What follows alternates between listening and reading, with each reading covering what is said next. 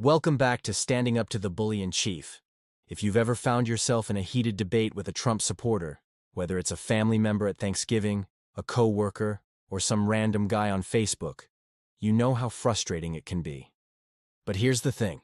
Screaming matches don't change minds. In fact, they often make people dig in deeper. So today, we're talking about how to engage with Trump supporters in a way that's productive, without losing your mind in the process. We'll cover how to have conversations without escalating into a fight, why people follow Trump and how to break through the echo chamber, how to use logic and critical thinking instead of emotions. Before we even talk strategy, we have to understand, why do people still support Trump, despite the scandals, lies, and authoritarian tendencies? Here are some key reasons. For many, Trump isn't just a politician. He's a symbol of their cultural identity. They see attacks on him as attacks on themselves. Trump supporters are often fed a steady diet of misinformation from sources like Fox News, Truth Social, and conspiracy theory networks. Many have never even seen credible counter-arguments. Trump's rhetoric is built on fear. Fear of immigrants, fear of elites, fear of change. He positions himself as the only one who can save them. Some people gravitate towards strongman figures who promise simple solutions to complex problems. This is a pattern seen throughout history. Understanding these reasons is key to having a productive conversation.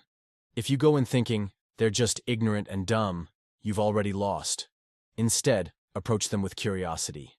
Ask why they believe what they do. Now that we understand why people support Trump, let's talk about how to engage with them, without it turning into a shouting match. The second you insult someone, whether directly or through sarcasm, you trigger defensiveness, and the conversation is over. Instead of saying, "How can you believe this garbage?" Try, "That's interesting. Where did you hear that?"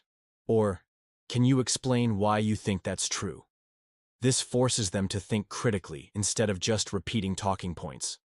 Instead of focusing on what divides you, start with shared values, concerns about government corruption, the economy, or personal freedoms. Example: I think we both want a fair election system. Let's look at some real data together. Use I statements. Instead of you, accusations. Saying you're wrong puts people on the defensive. Instead, say, "I read something interesting that made me see this differently. Can I share it with you?" Some people are too far gone.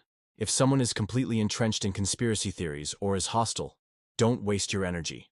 Sometimes the best move is to disengage. When emotions run high, logic and facts get drowned out. Here's how to keep the conversation grounded in reality. Use fact-checking sites like PolitiFact, Snopes, and factcheck.org to counter false claims. But don't just throw facts at them. Instead, ask, "Would you be open to checking this together?" Instead of just saying, "That's false," explain how misinformation is designed to manipulate emotions and keep people hooked. Next episode, we try to answer what we can learn from Trump voters. Like and subscribe to keep up to date.